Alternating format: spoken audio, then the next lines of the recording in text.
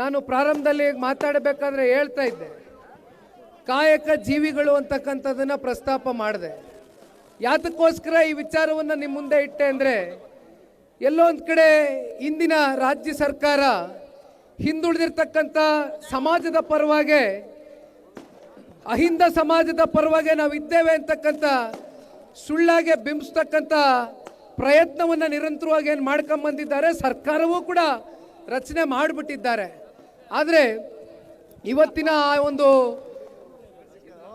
ಹಿಂದುಳಿದಿರ್ತಕ್ಕಂಥ ಕಾಯಕ ಸಮಾಜಗಳೇನಿದೆ, ಆ ಸಮಾಜದ ಅಭಿವೃದ್ಧಿಗೆ ಹಲವಾರು ನಿಗಮಗಳಲ್ಲಿ ಇಟ್ಟಿರ್ತಕ್ಕಂಥ ಹಣ ಏನಿದೆ, ಇವತ್ತು ಅದು ಸಂಪೂರ್ಣವಾಗಿ ಯಾವ ಒಂದು ಆ ಸಮಾಜಗಳ ಒಂದು ಅಭಿವೃದ್ಧಿಗೆ, ಆ ಸಮಾಜವನ್ನು ಅವರ ಬದುಕನ್ನು ಕಟ್ತಕ್ಕಂಥದಕ್ಕೆ ಉಪಯೋಗ ಮಾಡಬೇಕಾಗಿರ್ತಕ್ಕಂಥ ಆ ಒಂದು ನಿಗಮದ ಹಣ ಸಂಪೂರ್ಣವಾಗಿ ಇವತ್ತು ಬೇರೆ ಬೇರೆ ಕಡೆ ಸರ್ಕಾರಗಳು ಅದನ್ನು ಡೈವರ್ಟ್ ಮಾಡ್ಕೊಂಡಿರ್ತಕ್ಕಂಥದ್ದನ್ನ ನಾವು ಕಾಣ್ತಾ ಇದ್ದೇವೆ. ಇದೆಲ್ಲವನ್ನ ನೋಡಿದಾಗ ಕಾಂಗ್ರೆಸ್ ಪಕ್ಷಕ್ಕೆ ಅಹಿಂದ ಬಗ್ಗೆ ಆಗಲಿ, ಹಿಂದುಳಿದಿರ್ತಕ್ಕಂಥ ಸಮಾಜದ ಬಗ್ಗೆ ಆಗಲಿ, ಪರಿಶಿಷ್ಟ ಜಾತಿ ಪರಿಶಿಷ್ಟ ವರ್ಗದ ಬಗ್ಗೆ ದೊಡ್ಡ ದೊಡ್ಡ ಉದ್ದ ಭಾಷಣಗಳು ಕೇವಲ ವೇದಿಕೆಗಳಲ್ಲಿ ನಿಂತು ಮಾತನಾಡುವ ಮೂಲಕ ಆ ಒಂದು ಹಿಂದುಳಿದಿರ್ತಕ್ಕಂಥ ಆರ್ಥಿಕವಾಗಲಿ ಸಾಮಾಜಿಕವಾಗಿ ಹಿಂದುಳಿದಿರ್ತಕ್ಕಂಥ ಸಮಾಜಗಳಿಗೆ ಕಾಂಗ್ರೆಸ್ನವರು ಇಲ್ಲಿಯವರೆಗೂ ಕೂಡ ಕಳೆದ 3 ವರ್ಷದಿಂದ ಮಾಡಿರ್ತಕ್ಕಂಥ ಅನ್ಯಾಯ ಏನಿದೆ, ಅದರಲ್ಲೂ SCP TSP, ಯಾಕೆಂದರೆ ದೊಡ್ಡಬಳ್ಳಾಪುರ ಅಂತ ಇದ್ದಂಗೆ ಸರ್ವ ಜನಾಂಗ ಎಲ್ಲರೂ ಕೂಡ ಇವತ್ತು ವಾಸವಾಗಿರ್ತಕ್ಕಂಥ ಕ್ಷೇತ್ರ ಇದು. ಹಾಗಾಗಿ ಸಾಕಷ್ಟು ಹಿಂದುಳಿದಿರ್ತಕ್ಕಂಥ ವರ್ಗ ನಮ್ಮ ದೊಡ್ಡಬಳ್ಳಾಪುರ ಕ್ಷೇತ್ರದಲ್ಲಿದೆ.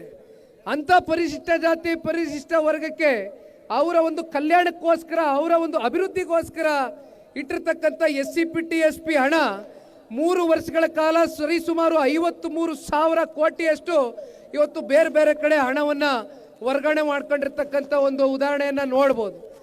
ಈ ವರ್ಷವೂ ಕೂಡ ಬಡ್ಜೆಟನ್ನು ಮಂಡನೆ ಮಾಡಿದಂಥ ಸಂದರ್ಭದಲ್ಲಿ ಸುಮಾರು 15,000 ಕೋಟಿ ಮತ್ತೆ SCP TSP ಹಣ ಪರಿಶಿಷ್ಟ ವರ್ಗದ ಒಂದು ಕೇರಿಯ, ದಲಿತ ಕೇರಿಯ ಒಂದು ಅಭಿವೃದ್ಧಿಗಿರ್ಬೋದು, ಉದ್ಯೋಗಗಳಿಗಿರ್ಬೋದು, ಅಥವಾ ಬೇರೆ ಬೇರೆ ನಾನಾ ರೀತಿಯಾದಂಥ ಬದುಕನ್ನು ಕಟ್ಕೊಳ್ತಕ್ಕಂಥದಕ್ಕೆ ಆ ಹಣ ಏನು ಉಪಯೋಗ ಆಗಬೇಕಾಗಿದೆ, ಆ ಹಣ ಸಂಪೂರ್ಣವಾಗಿ ಇವತ್ತು ಗ್ಯಾರಂಟಿಗಳ ಹೆಸರಲ್ಲಿ ಸುಳ್ಳೇಳುವ ಮೂಲಕ ಇವತ್ತು ಅದನ್ನು ಸಂಪೂರ್ಣವಾಗಿ ವರ್ಗಾವಣೆ ಮಾಡ್ಕೊಂಡಿದ್ದಾರೆ.